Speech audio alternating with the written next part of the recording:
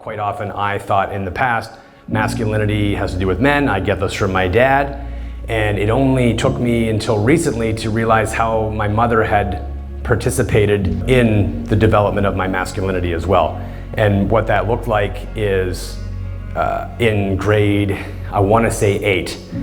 I was not the captain of the high school hockey team yet. I wasn't old enough, but I was captain of snapping bras in middle school. And it was yes, we can chuckle a little bit because, you know, a young boy. And I hope that no longer becomes a chuckle, that boys' behavior is no longer just boys' behavior that we laugh about because,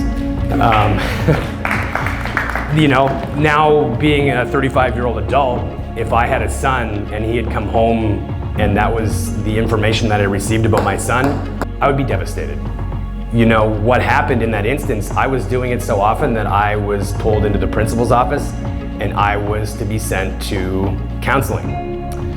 And instead of me receiving counseling on the behavior that I had chosen, my mother stormed into middle school, kicked down the principal's door, and said, "This is an in-home issue.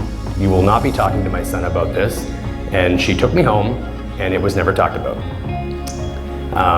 And I do not blame my mother for that. She is top-notch. The decision, though, in that moment, it's slight decisions that curbs behavior. It's in those moments that I know that I have to correct the road for myself to get in front of you guys to share this because I want to be an ally. 50% of my masculinity is from my mother.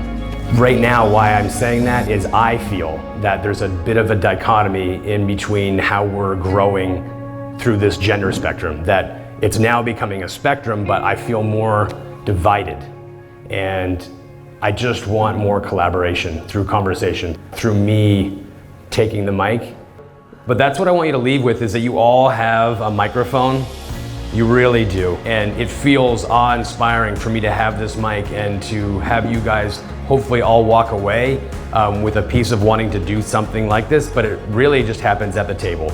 That the people that you sit with people more often, and that inspiration is just such a great vibration, and hold on to this feeling and have conversations more. What can you be devoted to make shifts in your life, to heal relationships that are either related to gender or not to gender, that make you a better person, to feel inspired to inspire others?